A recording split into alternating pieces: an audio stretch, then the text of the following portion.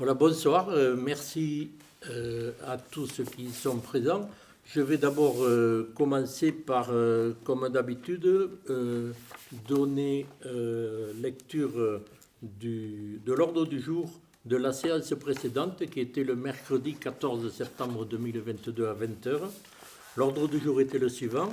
Adoption de la nomenclature M57 abrégée pour les budgets sous nomenclature actuelle M14 à partir du 1er janvier 2023.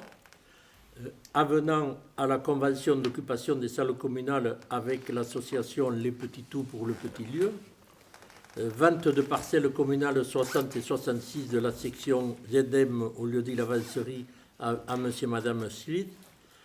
Vente de parcelles communales 342 et 344 à la section AE au lieu-dit l'Adrèche à M. Laroussini.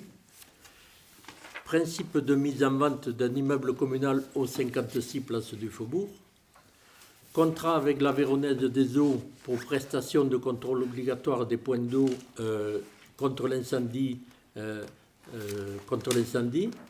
Lancement d'une étude d'assistance à maîtrise d'ouvrage suite à consultation pour le devenir du site de Mergieux, titularisation du cabinet Encore Heureux Architecte, création d'un poste BNSSA en vue de pourvoir un désistement de Prosport à la surveillance de la piscine et la résidence du VVF, et enfin, avis sur un bien soumis à droit de préemption urbain, lieu-dit Le Terrier, et lotissement La Planquette, non-exercice de DPU.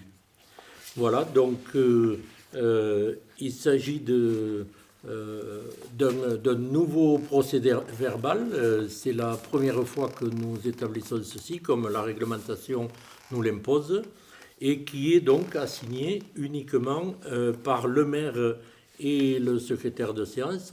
La secrétaire de séance était Madame Virginie Le Floch, absente aujourd'hui, mais qui a donné procuration à Monsieur Pierre-Jean Bartheil. J'en parlerai tout à l'heure. Donc, c'est lui qui va signer à sa place. Donc, il n'y a besoin que la signature du maire, donc, et du secrétaire de séance ou de la personne qui a procuration. Et il faut signer aussi le registre des délibérations de la même manière.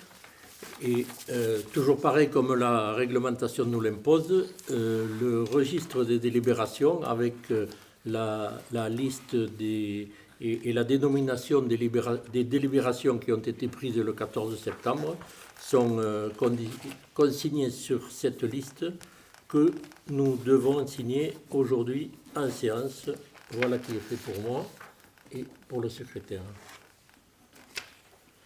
Voilà, donc j'ouvre la séance de ce conseil municipal du 3 novembre 2022. Je dois annoncer que M. Mathieu Laroussini a donné procuration à Claude Rabayrol, que Mme Virginie Le Floch a donné procuration à Pierre-Jean Bartheil, je vais y arriver, et est excusé donc Rémi Mazière. Voilà. Donc, qui veut bien faire secrétaire de séance? Laurence Mia, je te remercie. Donc, je donne lecture de l'ordre du jour de ce conseil. Premier point, décision modificative sur budget commune et camping. Dénomination et numérotage des voies de la commune. Titularisation d'un maître d'œuvre pour la requalification de la piscine municipale. Augmentation de l'enveloppe financière dédiée à la mission maîtrise d'œuvre pour le projet de requalification de la piscine municipale. Proposition d'une mutuelle santé à destination des administrés. Extension des conditions de location de la salle d'exposition de la bibliothèque.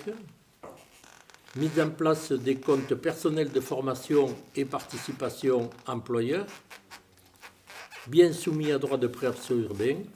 Et enfin, je proposerai une motion sur les conséquences de la crise financière et économique. Donc, sur le premier point concernant les décisions modificatives, les DM sur le budget camping et commune, je passe la parole à Suzanne. Oui, alors il y a 2 délibérations modificatives. Une donc du budget commune au budget camping, c'est pour payer la publication pour le BEA, donc qui a été publié sur la revue Espace. Et donc on demande donc une dépense de 1070 €, donc qui va passer du fonctionnement, en dépenses du fonctionnement du budget communal, en recettes de fonctionnement budget du camping, donc pour 1070 €. Ensuite, la deuxième délibération, c'est sur le budget communal. Donc c'est pour un changement de compte, du compte de virement de l'investissement au compte 023, donc une somme de 40 000 € pour une dépense qui sera pour l'agressage ou alors des études comme l'étude Encore heureux à Mercieux. Voilà, donc on vous demande si vous êtes d'accord pour ces changements de compte. Voilà, en fait, c'est des affectations de compte qui sont nécessaires pour nous permettre de continuer à travailler, quoi. Est-ce que vous avez des questions spécifiques? Donc, qui est pour cette DM? Je vous remercie. Le deuxième point sur l'aménagement des territoires concerne la dénomination et le numérotage des voies de la commune, autrement dit l'adressage. Pierre-Jean, oui, nous en le fait, présente. oui, l'adressage, c'est-à-dire on a l'obligation de nommer les voies communales, les lieux-dits. Bon, les lieux-dits en général ont un nom, et de numéroter les habitations. Alors, le but, c'est de faciliter les services, en priorité les secours, par exemple, qui trouveront facilement un logement. Actuellement, il y a des noms qui sont proches sur notre commune, qui peuvent prêter à confusion. Donc voilà, l'idée, c'est que très facilement, avec ce plan d'adressage, on puisse retrouver tous les lieux de la commune. C'est une obligation, hein, par ailleurs. Donc, on avait commencé à s'en occuper à la fin de l'automne 2021. Donc, on a la possibilité de le faire nous-mêmes. Hein, voilà. Mais c'est un gros travail. On n'a pas forcément les outils nécessaires pour le faire. Donc, le SMICA propose cet accompagnement. Donc, on vous propose de travailler avec le SMICA, qui nous propose tout un nombre d'outils. Moi, j'avais rencontré, quand on avait rencontré le SMICA, j'avais rencontré des élus d'une autre commune qui étaient passés par eux et qui étaient très satisfaits de cet accompagnement. Donc, je pense que c'est une bonne méthode pour arriver à un résultat correct et qui ne posera pas d'ambiguïté.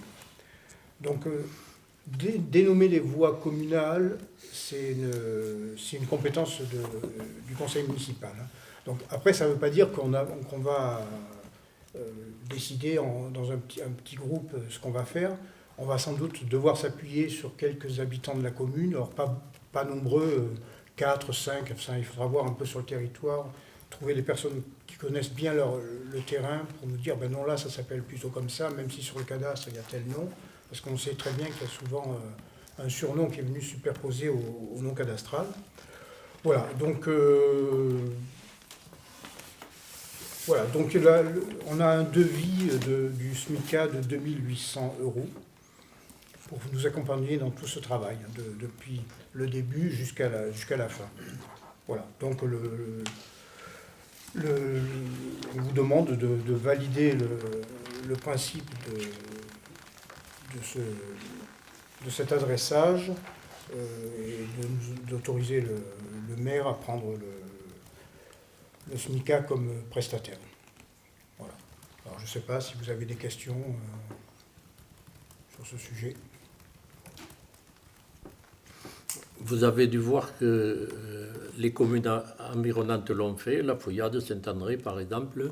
On voit des planons fleurir au départ de chaque route ou chaque chemin, et c'est effectivement une obligation, et puis qui est, à mon point de vue, très saine par rapport au secours, par rapport à la poste, par rapport à tous les services en général.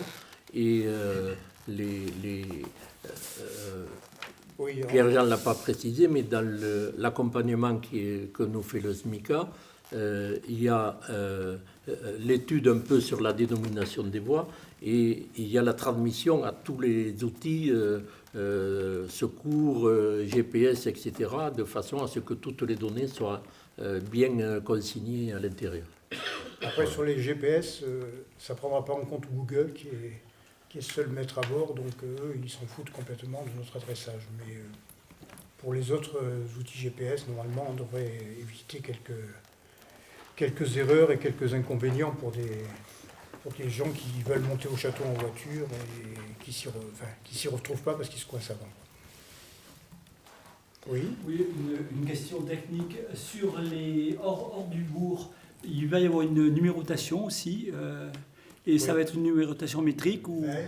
La plus simple, c'est la numérotation métrique, D'accord. qui nous permet éventuellement d'intercaler un nouvel habitant si une maison est rénovée, enfin voilà, construite. Donc, a priori, c'est ce qui se pratique le plus communément. Après, c'est vrai que bon, il y aura des frais supplémentaires, il va falloir qu'on pannote toutes les rues, toutes les routes. Il y aura peut-être quelques aménagements au sein du village s'il y a des erreurs ou des manques, mais c'est principalement dans la campagne que qu'on va être amené à travailler. Alors, il faudra s'habituer aux 1620 routes de X ou de 1160, mais bon, c'est pas un problème. Et ça sera plus pratique aussi pour les secours. Ça permettra d'identifier plus facilement. Voilà, donc s'il n'y a pas d'autres questions, je mets au vote cette proposition. Qui est pour? Je vous remercie.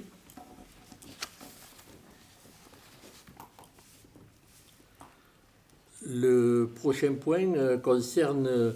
Alors, le prochain point qui était indiqué était la titularisation d'une maîtrise d'œuvre pour la requalification de la piscine municipale.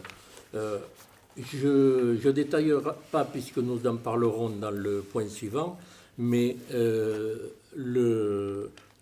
l'examen du dossier de requalification de la piscine municipale, très honnêtement, nous demande beaucoup plus de travail que ce que nous pensions. Nous savions que ce n'était pas facile, mais où nous en sommes aujourd'hui, nous avons 3 cabinets d'architectes qui travaillent sur des propositions que nous leur avons soumises.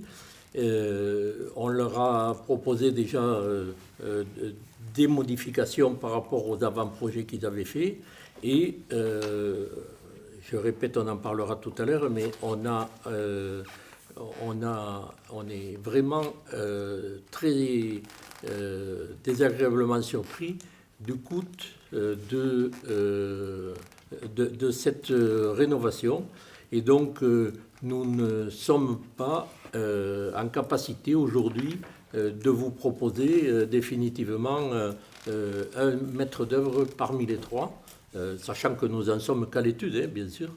Et donc, je vous propose de ne pas mettre ce point à l'ordre du jour et nous redélibérerons, j'espère, le mois prochain sur cette question-là.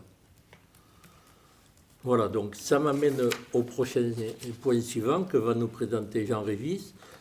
Augmentation de l'enveloppe financière dédiée à la mission maîtrise d'œuvre pour le projet de requalification de la piscine municipale. Voilà, donc, vous le savez, depuis à peu près 1 an et demi, il y a une partie de l'équipe municipale qui travaille sur la remise en état de la piscine.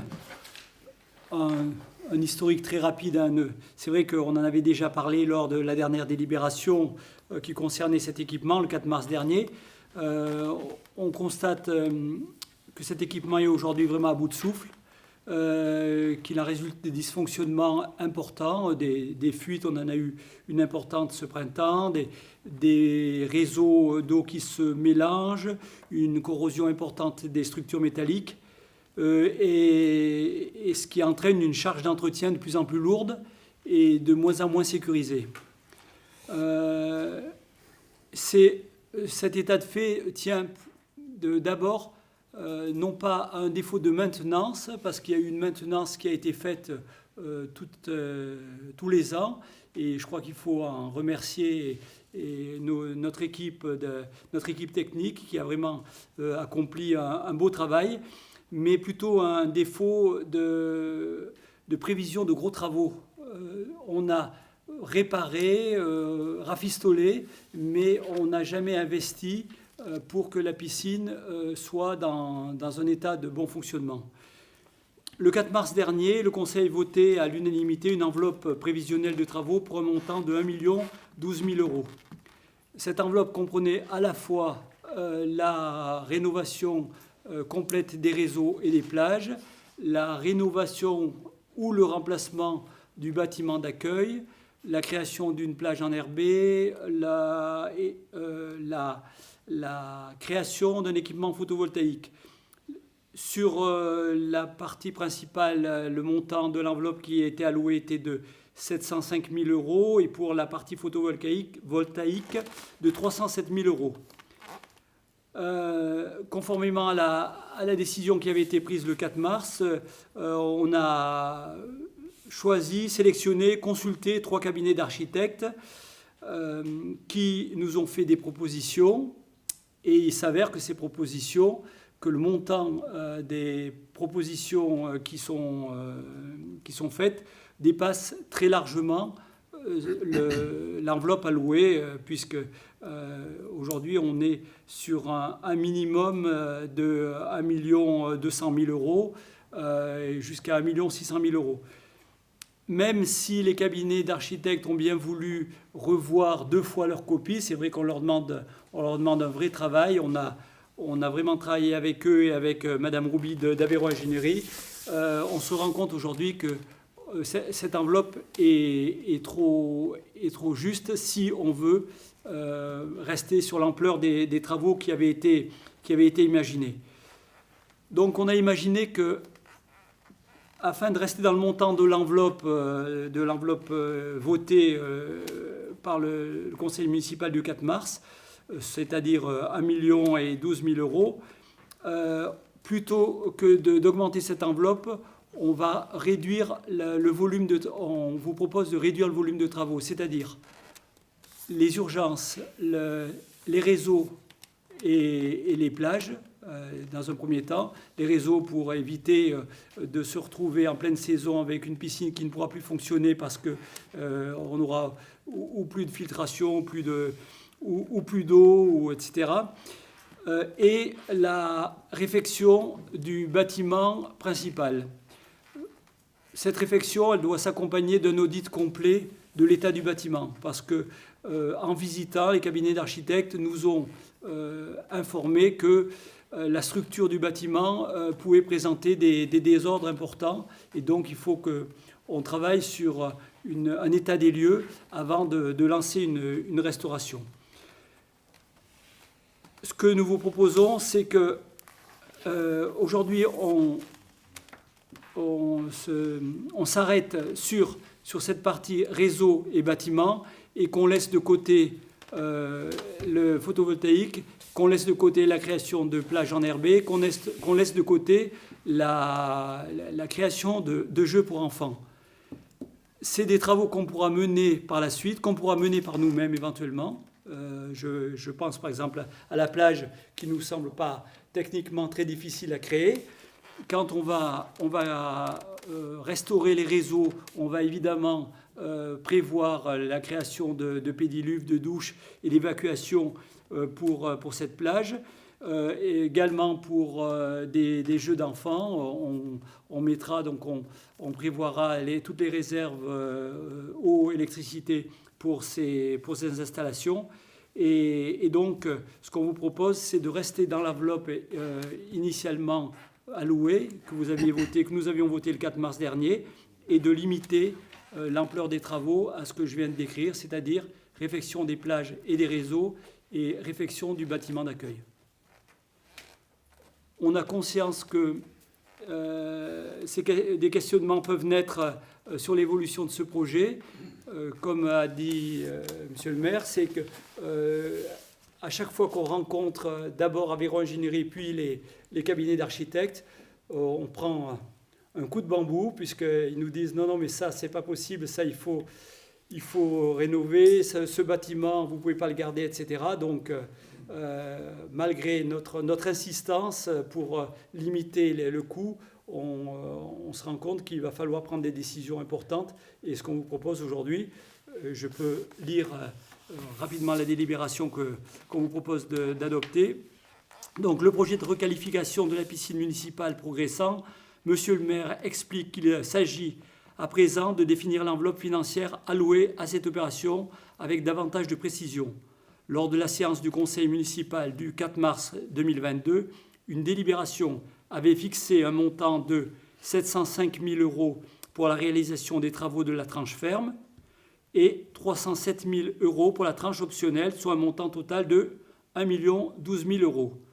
Aujourd'hui, au regard des estimations des entreprises candidates à la maîtrise d'œuvre, il apparaît que les montants estimés s'avèrent largement insuffisants. Aussi, il est proposé de rester dans l'enveloppe initialement votée, soit 1 012 000 €, et de réserver la totalité de cette somme à la rénovation des réseaux, plages et du bâtiment d'accueil en excluant la tranche optionnelle. Le Conseil, après avoir délibéré, autorise le maire à allouer l'enveloppe estimative à 1 012 000 € à la tranche ferme qui comprend la rénovation des plages et des réseaux ainsi que du bâtiment d'accueil. On peut dire que sur la convocation, le libellé était peut-être pas assez précis puisqu'on parlait d'augmentation de l'enveloppe. On ne propose pas d'augmenter l'enveloppe, mais de restreindre l'ampleur des travaux. Si vous avez des questions. Merci Jean-Régis pour cette présentation complète. Là, je tiens à préciser qu'on ne vous demande pas aujourd'hui de voter sur un engagement de dépenses pour les travaux à la piscine.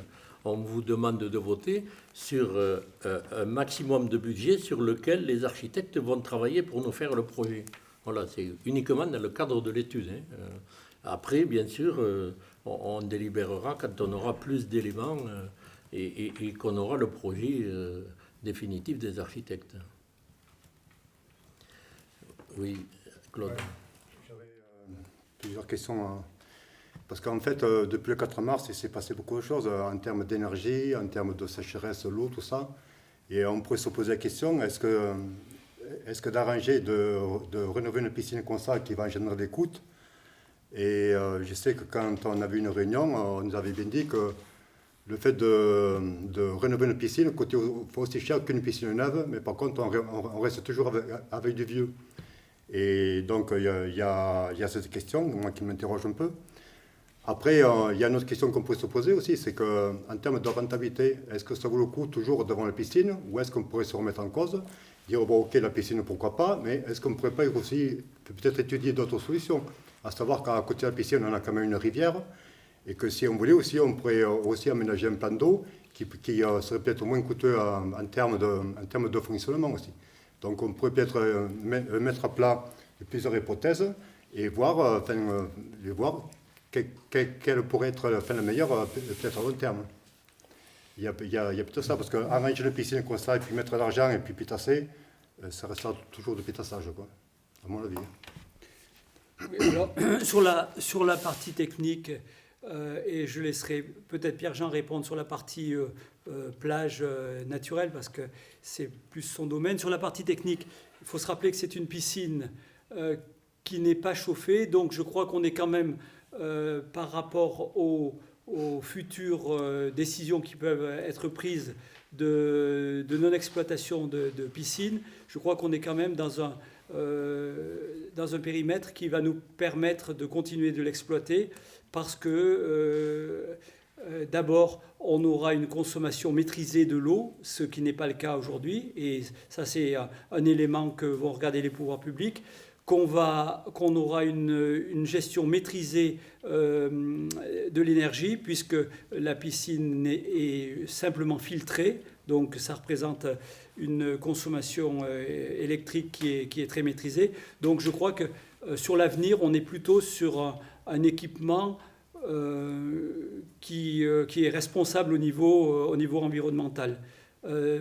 On a posé, et tu as raison Claude de le signaler, on s'est posé la question du devenir et de l'intérêt de maintenir cet équipement. Cet équipement existe, c'est pour nous un élément structurant de l'attractivité touristique, et pas seulement de l'attractivité touristique, mais aussi de l'animation pour les nages aqua et pour nos visiteurs. Donc c'est pour ça que je crois le 4 mars dernier, et ainsi que la première décision de 2021, il avait été décidé de maintenir en état cette piscine.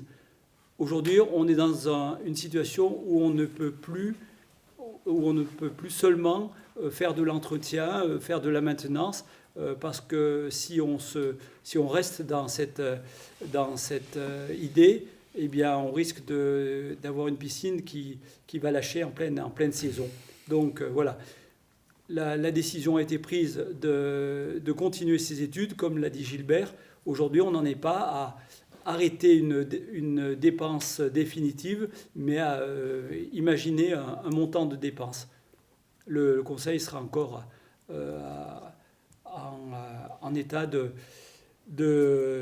dire oui ou non au moment où il faudra prendre cette décision finale. Et pour les plages vertes, pour les plages vertes. Je vais répondre sur ce point-là. Et puis, quand on avait précédemment discuté, moi je me rappelle avoir dit à Rémi qu'effectivement, aujourd'hui, s'il fallait construire une piscine, on ne le ferait sûrement pas. Le problème, c'est qu'elle existe, qu'elle représente beaucoup de choses pour beaucoup de nages aqua. Donc, ce serait difficile de dire, on la comble et puis on passe à autre chose.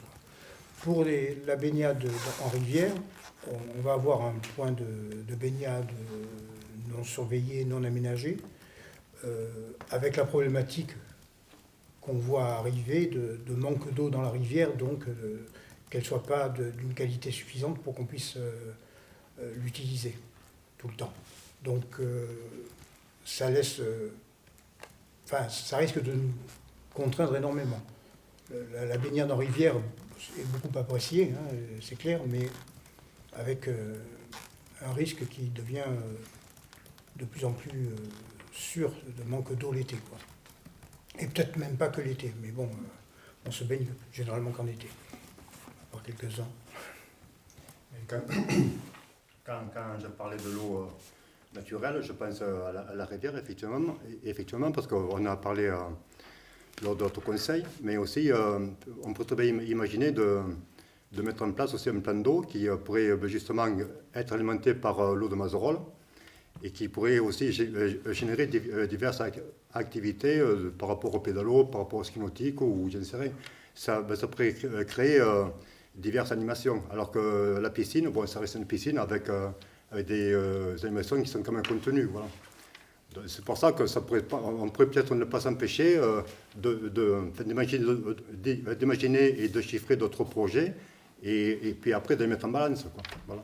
Et donc par rapport en termes de construction et après aussi en termes d'investissement et en termes de fonctionnement, parce que c'est le fonctionnement qui chaque année se répétera. Donc avec une piscine où tu fais venir du monde, comme au début c'était 800 entrées par jour, je ne sais pas combien, tu peux peut-être essayer d'équilibrer au minimum, même si ça perd toujours. Mais après, si tu as moins de rentrées, c'est en termes de fonctionnement, ça coûte chaque année, et chaque année se répète. Quoi, voilà. C'est un petit peu ça l'idée. Quoi. Et un bassin naturel a un coût aussi d'entretien régulier. Tu as vu à Parisot, ils ont été obligés de fermer un long moment le lac, qui était un peu... ça serait un peu ce projet-là, tu vois. Et donc, c'est pas non plus une panacée, quoi. Hein. Oui, mais bon, je pense que ça, vu qu'on est en tournant, là, que ça vaudrait le coup de mettre les de balance. Voilà. Sur les coûts de fonctionnement, sur les coûts de fonctionnement, les travaux doivent nous permettre de limiter ces coûts. D'une part par une moindre consommation d'eau, donc une moindre consommation de produits de traitement de l'eau, des réseaux séparatifs qui vont permettre de respecter l'environnement, et puis moins d'intervention, puisque ce qu'il faut imaginer aussi, c'est qu'on a pratiquement 2 personnes, une personne et demie au moins, qui pendant 2 mois prépare la piscine, plus au moins 15 jours ou 3 semaines de rangement, nettoyage derrière. Donc ça représente un coût important. Avec de nouveaux matériaux, avec des plages nouvelles et avec des systèmes de filtration plus performants, on doit réaliser des économies. Donc sur le fonctionnement, on devrait pouvoir limiter les coûts. Ouais, mais ça, je suis entièrement d'accord. Sauf que si tu imagines un plan d'eau, l'activité sur le plan d'eau, enfin, elle pourrait avoir lieu toute l'année, alors que la piscine, c'est quand même contenu sur quelques mois. Et si tu veux prolonger, ça veut dire qu'il faut chauffer, ça veut dire l'énergie, tout ça. Donc je veux dire, en fait, tout pour être mis en balance. Donc ça vaut le coup de regarder, je pense. Disons que pour l'instant, le choix que nous avons fait, c'est de tenter du moins de conserver la piscine pour les raisons que disait Jean-Régis, éléments structurants, l'attractivité pour le tourisme et pour les nages aqua. Mais ce dont il faut être bien conscient, c'est que il y a urgence. Il y a urgence parce que l'état de la piscine ne permet pas de faire du rafistolage. J'en veux pour preuve, lorsque nous sommes arrivés à mairie en juillet 2020, nous avons rapidement décidé d'ouvrir la piscine et nos équipes techniques ont fait des exploits là, pour arriver à l'ouvrir durant le mois d'août. Mais je me souviendrai toujours, on devait ouvrir le samedi et le mardi soir, nous avions une fuite dans un gros, tu te rappelles Charles, dans un gros conduit à hauteur de 183 mètres cubes par jour de perte. Et nos techniciens ont fait, je trouve, des miracles là pour arriver à rafistoler ça. Et c'est le genre de choses qui peut arriver du jour au lendemain. Fort heureusement, depuis, on n'a pas été embêté par rapport à ça. Mais pour dire, on n'exagère pas sur l'état réel. Après, moi j'ai eu une interrogation la semaine dernière. Je suis allé visiter la piscine de Senlis, en dessous de Toulouse, là, qui est dans l'agglomération et gérée d'ailleurs par l'agglomération du Grand Muretin.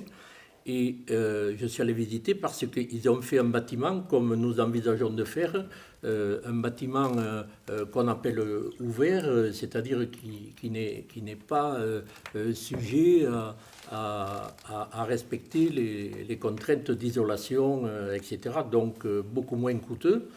C'est un très beau bâtiment qui a été fait et qui leur a coûté 700 000 € en 2014.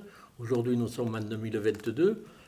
Ils n'ont pas refait les bassins. Ils ont les bassins qui ont 40 ans, qui sont dans un état qui est encore pire que nous. Et le responsable me disait, je pense que pour l'été prochain, on ne va pas rouvrir à cause de l'état des bassins. Donc, il y a toutes ces interrogations qui sont posées et on a donc besoin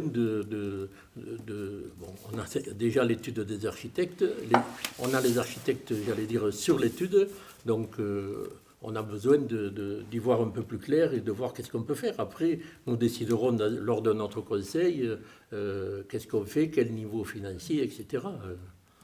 Voilà, on en est là aujourd'hui.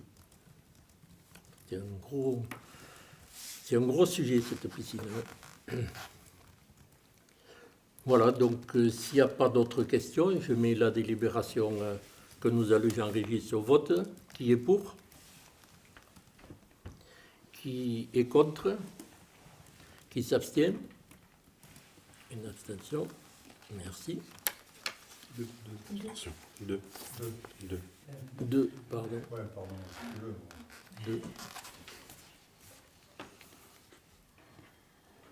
2. Alain, tu nous parles d'une proposition d'une mutuelle santé à destination des administrés. Oui, tout à fait. Alors pourquoi pour pallier les inégalités sociales des administrés qui, par manque de moyens, font l'économie d'une mutuelle, pour éviter le renoncement aux soins, pour permettre une couverture de soins minimum à tarif préférentiel et pour proposer des solutions pour obtenir une amélioration du pouvoir d'achat à prestations équivalentes. Donc la commune souhaite s'engager dans une démarche utile et solidaire dont l'objectif est, je le rappelle, de préserver le pouvoir d'achat des ménages de la commune et de favoriser l'accès aux soins pour tous. Donc il ne s'agira pas pour la commune de jouer un rôle d'initiateur dans cette mise en place, ni même d'être médiateur entre les différentes parties. Elle n'interviendra pas dans les contrats signés entre la mutuelle et les administrés. De plus, cela n'engendrera aucun coût pour la commune. Il s'agit par conséquent, pour le conseil municipal, d'accréditer la mutuelle Mutualia et d'autoriser la mise en place d'un plan visant à informer les habitants de la possibilité d'y souscrire à compter du 1er janvier prochain. Enfin, il convient d'autoriser le maire à signer tout document relatif à ce dossier. Voilà ce que je pouvais vous dire.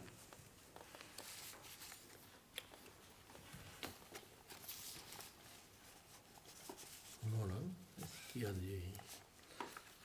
des questions? Et moi, je précise que nous ne sommes pas là des VRP de Mutualia. Il ne s'agit pas de ça, mais uniquement de pouvoir...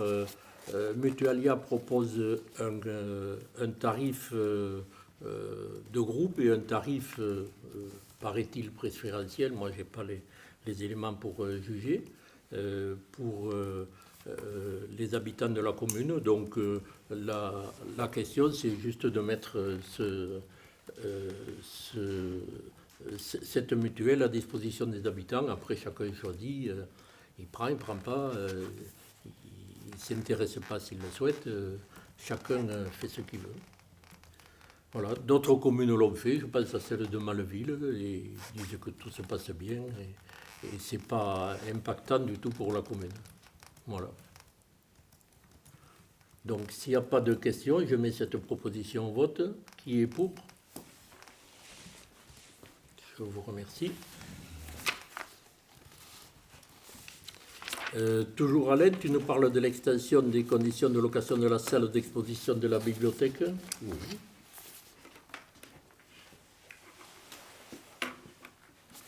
Alors, parce que j'ai été sollicité à plusieurs reprises à cet effet, je propose de modifier la délibération numéro 53/2022 du 17 juin dernier relative aux conditions de location de la salle d'exposition de la bibliothèque par une extension de ces conditions aux activités qui ne sont ni culturelles ni patrimoniales. Il convient par conséquent que le conseil municipal valide cette extension. Alors les dites activités ou animations non culturelles devront néanmoins se dérouler pendant les heures d'ouverture de la bibliothèque, installation des installations comprises qui seront à la charge du preneur, faire l'objet d'une demande écrite adressée à la bibliothèque pour être ensuite soumise au comité d'organisation, et la mise à disposition fera l'objet d'un titre de paiement à raison de 10 € de l'heure. Voilà. Merci. Alors, si vous voulez, ça rentre tout à fait dans le projet contrat territoire lecture initié par la Comcom, projet soutenu par la commune de Najac. Les bibliothèques, les médiathèques sont non seulement des lieux conviviaux où les usagers viennent lire, consulter des revues, etc., emprunter des livres ou autres supports, échanger autour d'une tasse de thé ou de café ou autre boisson non alcoolisée, je précise, participer à des cours comme les cours d'occitan qui regroupent une dizaine de personnes à Najac là, depuis quelques semaines, des ateliers physiques et autres. C'est l'action multiculturelle dans laquelle j'inscris mon action d'élu en charge d'une culture accessible à toutes et à tous. Les bibliothèques bougent et rencontrent les aspirations des habitants, et je m'en réjouis. Voilà. D'accord. Est-ce qu'il y a des questions? Donc, je mets cette proposition au vote. Qui est pour? Je vous remercie. Laurence, tu nous parles de la mise en place du CPF et participation employeur, pardon, pour les agents communaux. Oui, donc il s'agit donc de la mise en place du compte personnel de formation. C'est un dispositif qui est disponible pour l'ensemble des agents publics, aussi bien les fonctionnaires que les agents contractuels. Et donc il se substitue à ce qui s'appelait le DIF, le droit individuel à la formation. Il permet d'acquérir des droits à la formation en fonction du travail accompli, dans une limite de 150 heures à 400 heures selon la catégorie des agents et leur niveau de qualification. Donc c'est pour des formations qui peuvent viser à l'acquisition d'un diplôme, d'un titre, d'un certificat de qualification professionnelle ou le développement de compétences nécessaires à la mise en œuvre d'un projet d'évolution professionnelle. Le décret du 6 mai 2017 précise les conditions et les modalités d'utilisation du CPF et il prévoit notamment la possibilité donc, de prise en charge de frais pédagogiques et de frais occasionnés par le déplacement des agents en fonction de plafonds à déterminer par la collectivité. Donc, il y a quelques agents qui ont émis le souhait de bénéficier d'un CPF. Donc nous allons délibérer pour pouvoir répondre à ces demandes. Et donc nous allons délibérer, enfin on propose de délibérer pour mettre un cadre à l'octroi de ces CPF, en proposant la prise en charge des frais pédagogiques pour les agents plafonnés à 500 € par an par agent, dans la limite d'une enveloppe globale de 3 000 € par an. Donc 3 000 € par an, Alain, à savoir que c'est 500 € par agent. Tout à fait. J'allais te le dire d'ailleurs. Donc la possibilité pour 6 agents au maximum dans l'année, voilà. Ce qui serait largement suffisant. L'article 2, ce serait que les frais occasionnés par le déplacement des agents lors de ces formations ne sera pas pris en charge par la collectivité. L'article 3 reprend des dispositions réglementaires, c'est-à-dire que les actions de formation prioritaires sont les actions visant à prévenir une situation d'inaptitude à l'exercice des fonctions, la validation des acquis de l'expérience, les VAE, et les préparations de concours et examens.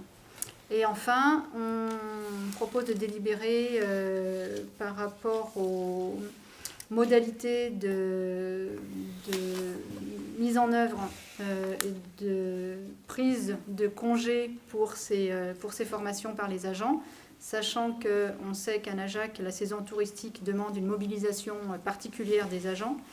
On propose d'ajouter dans la délibération que les actions de formation ne seront pas accordées sur la période estivale du 15 juin au 31 août et qu'elles seront limitées de toute façon à 25 heures par an par agent sur les heures de service. Voilà. Des questions? Je n'ai pas de questions. Donc, s'il n'y a pas de questions, je mets cette délibération au vote. Qui est pour? Je vous remercie. Ben, le prochain point concerne les biens soumis à droit de préemption urbain. Alors, nous avons, c'est habituel, chaque conseil, nous en avons maintenant, c'est bien, il y a du mouvement en Najac. Nous avons donc une proposition de préemption ou non pour une maison qui est située aux 11 places du Faubourg, C'est un peu en dessus, quelques maisons au-dessus du restaurant L'Air du Temps, là, sous les arcades, pour une superficie totale de 1 art et 81 centiares sur 2 parcelles, la section AE 295 et AE 842, pour un prix de vente de 115 000 €. Voilà. Donc, cette vente est proposée par le notaire maître Fréjaville à Villefranche de Rouergue.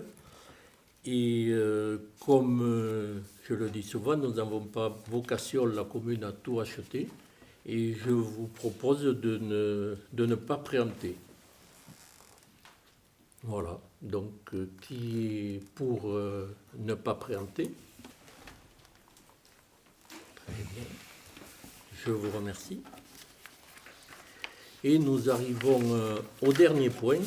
Je vous présente une motion qui est proposée par l'ADM, l'Association des maires de France, concernant la situation économique dans le pays. Alors, je suis désolé, elle est un peu longue, mais elle est bien motivée. Vous l'avez reçue par mail, mais je tiens à en donner lecture au Conseil, donc, et puis pour vous la proposer à l'adoption. Le Conseil municipal de la commune de Najac, réuni le 3 novembre, exprime sa profonde préoccupation concernant les conséquences de la crise économique et financière sur les comptes de la commune, sur sa capacité à investir et sur le maintien d'une offre de services de proximité adaptée aux besoins de la population. Nos communes et intercommunalités doivent faire face à une situation sans précédent. Estimée pour 2022 et 2023 à environ 5,5%, l'inflation, à son plus haut niveau depuis 1985, va faire augmenter les dépenses annuelles de fonctionnement de plus de 5 milliards d'euros. Les coûts de l'énergie, des produits alimentaires et des matériaux connaissant une hausse spectaculaire qui, à elle seule, compromet gravement l'équilibre des budgets de fonctionnement et les capacités d'investissement des communes et de leurs intercommunalités. Enfin, l'augmentation de 3,5% du point d'indice, mesure nécessaire pour les agents territoriaux, ajoute une charge supplémentaire de 2,3 milliards d'euros pour nos collectivités. Après 4 ans de baisse des dotations de 2014 à 2017, la réduction des moyens s'est poursuivie depuis 2017 avec le gel de la DGF, dotation globale de fonctionnement, et la baisse chaque année des attributions individuelles pour plus de la moitié des collectivités du bloc communal. Les projets de loi de finances et de programmation des finances publiques proposent de rajouter encore des contraintes avec la suppression de la CVAE, qui est la cotisation sur la valeur ajoutée des entreprises, et une nouvelle restriction des interventions des collectivités locales à hauteur de 15 milliards d'euros d'ici 2017 par un dispositif d'encadrement des dépenses comparable à celui dit de Cahors et visant un plus grand nombre de communes et d'intercommunalités. Ces mesures de restriction financière de nos communes ne se justifient pas. Les collectivités ne sont pas en déficit et les soldes qu'elles dégagent contribuent au contraire à limiter le déficit public. Les erreurs du passé ne doivent pas être reproduites. Depuis 2014, la baisse cumulée des dotations, qui représente un montant de 46 milliards d'euros, a conduit à l'effondrement des investissements, alors que les comptes de l'État n'ont fait apparaître aucune réduction de déficit. Celui de 2019, juste avant la crise sanitaire, est resté au même niveau qu'en 2014, 3,5% du PIB. Face à l'impact de la crise économique, il est essentiel de garantir une stabilité en euros constants des ressources locales pour maintenir l'offre de services à la population, soutien indispensable au pouvoir d'achat des ménages. Face à la faiblesse de la croissance annoncée à 1% en 2023, l'urgence est également de soutenir l'investissement public local qui représente 70% de l'investissement public et constitue une nécessité pour accompagner la transition écologique des transports, des logements et plus largement de notre économie. Dans un contexte de crise mondiale, le Parlement doit prendre la mesure de cette réalité et permettre aux communes et intercommunalités de disposer des moyens d'assurer leur mission d'amortisseur de crise. La commune de Najac soutient les positions de l'Association des maires de France qui propose à l'exécutif d'abord d'indexer la DGF, la dotation globale de fonctionnement, sur l'inflation 2023 afin d'éviter une nouvelle réduction des moyens financiers du bloc communal de près de 800 millions d'euros. La revalorisation de la DGF est également indispensable pour engager une réforme globale de la DGF visant notamment à réduire l'écart injustifié entre les dotations. De maintenir l'indexation des bases fiscales sur l'indice des prix à la consommation harmonisé de novembre 2022, plus 6,8% estimé. Soit de renoncer à la suppression de la CVAE, cotisation valeur ajoutée des entreprises, soit de revoir les modalités de sa suppression. Adossée à la valeur ajoutée et déductible du bénéfice imposable à l'impôt sur les revenus, la CVAE n'est pas déconnectée des performances de l'entreprise, elle n'est pas un impôt de production, mais constitue un lien fiscal essentiel entre les entreprises et leur territoire d'implantation. Les collectivités ne sont pas responsables du niveau élevé des prélèvements obligatoires. La fiscalité locale ne représente que 6,5% du PIB sur un total de 44,3%. Si la suppression de la CVAE devait aboutir, il serait alors indispensable de la remplacer par une autre contribution locale sur laquelle les collectivités garderaient le pouvoir de taux et ou d'assiette. Dans l'attente d'un dispositif élaboré avec les associations d'élus, la commune de Najac demande un dégrèvement permettant une compensation intégrale. Ensuite, de renoncer à tout dispositif punitif d'encadrement de l'action locale. Les 15 milliards d'euros de restrictions de dépenses imposées aux collectivités locales d'ici 2027 sont en réalité des restrictions imposées à la population, car c'est autant de moins pour financer l'offre de services. Également, nous demandons de réintégrer les opérations d'aménagement, d'agencement et d'acquisition de terrain dans l'assiette du FCTVA, qui est le Fonds de compensation pour la taxe de la valeur ajoutée. Cette réintégration doit être opérée en urgence pour permettre notamment aux collectivités locales frappées par les incendies d'avoir de nouveaux accès au FCTVA pour l'aménagement des terrains concernés. Enfin, nous demandons de rénover les procédures d'attribution de la DETR et de la DSIL, dotation de soutien à l'investissement local, pour permettre une consommation des crédits votés en loi de finances. En particulier, la commune de Najac demande la suppression des appels à projets et pour l'attribution de la DSIL, l'instauration d'une commission d'élus et la transmission des pouvoirs du préfet de région au préfet de département. Cette même logique doit prévaloir pour l'attribution du fonds vert. La commune de Najac demande que la date limite de candidature de la DETR et pour la DSIL intervienne après le vote du budget privatif concerné. Cette évolution permettrait de donner plus de temps aux échanges avec les services de l'État et d'appréhender l'ensemble des projets éligibles.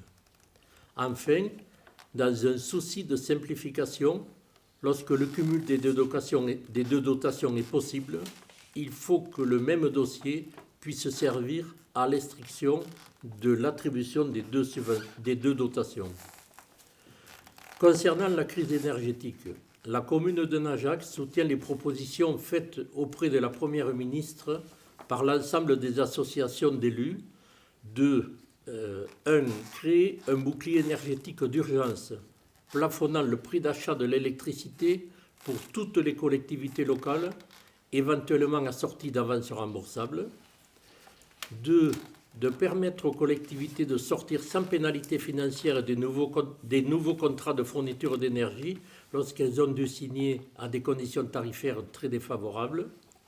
Et enfin, de donner aux collectivités qui le souhaitent la possibilité de revenir aux tarifs réglementés de vente, c'est-à-dire aux tarifs régulés avant l'ouverture à la concurrence, quelle que soit leur taille ou leur budget.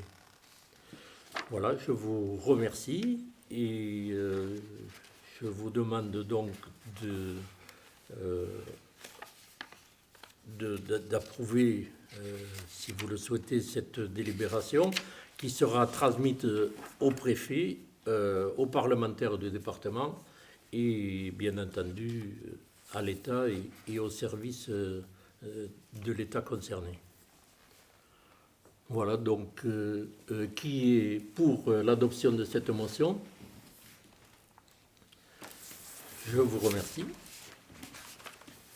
Voilà, donc, l'ordre du jour de ce conseil est terminé. Et nous avons, comme chaque fois, nous allons passer à la séance d'informations diverses. Pierre-Jean, tu nous fais un point sur les affouages? Oui, on en a parlé plusieurs fois des affouages en conseil et le tirage au sort a eu lieu ce dimanche.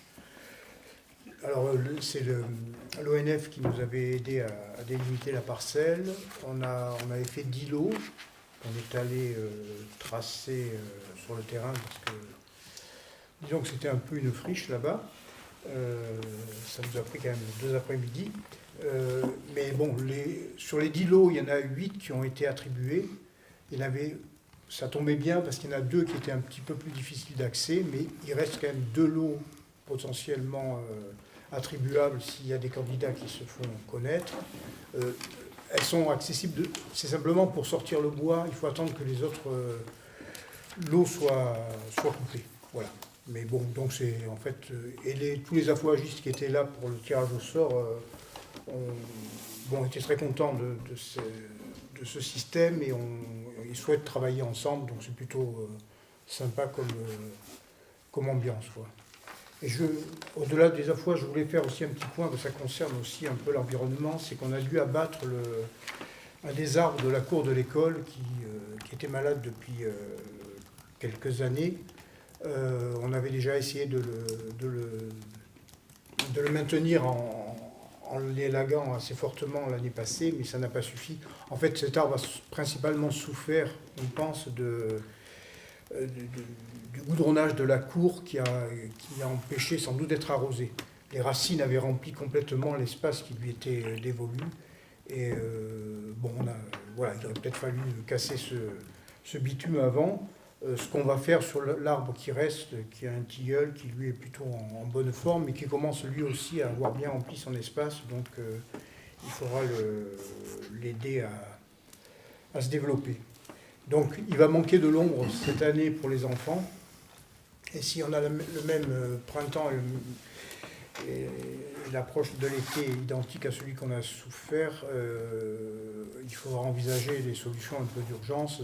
Alors ça sera sans doute dans un premier temps un voilage, mais l'idée ça serait d'installer une pergola et de végétaliser la cour le plus possible. Voilà. C'est un problème de santé publique, mais qui concerne encore plus directement les enfants. Voilà, c'était juste une petite info. Merci. Alain?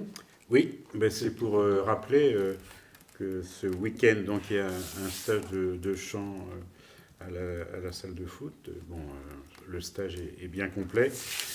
Mais dimanche, je vous invite à venir au concert à l'église de la Salvetat d'Écart pour écouter alors le trio Albado. Ce sont des polyphonies occitanes. Donc c'est à 18h et au prix de 10 €. Voilà. C'est quoi le nom du trio? C'est un trio excellent et que je vous recommande tout à fait. Merci. Et je vous rappelle qu'il y a des cours d'occitan à la bibliothèque de Najac tous les mardis à 18h30. Très bien. C'est pas le badal? Non. Laurence, tu nous parles d'un nouvel employé communal?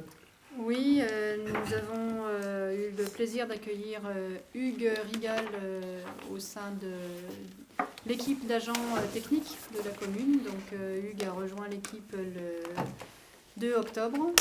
Et donc c'est un poste qu'on avait créé en conseil municipal qui avait été délibéré. Et donc Hugues s'occupe principalement des espaces verts, mais aussi de travaux en tout genre. Et tu dis Divers et variés. divers et variés. Il donnera un coup de main aussi justement sur la piscine. Voilà, il est opérationnel et donc vous pouvez le croiser dans le village en train de s'affairer à s'occuper des végétaux en ce moment. Voilà. Elle est en train de retourner toutes les plates-bandes qui étaient dormissantes depuis des années. Voilà. Et il réfléchit aussi justement à la végétalisation de l'école, entre autres. Hein, parce que voilà, c'est un gros dossier aussi. Donc voilà, ça va nous être très utile. Merci. Moi, je voulais donner une information concernant le plan local d'urbanisme.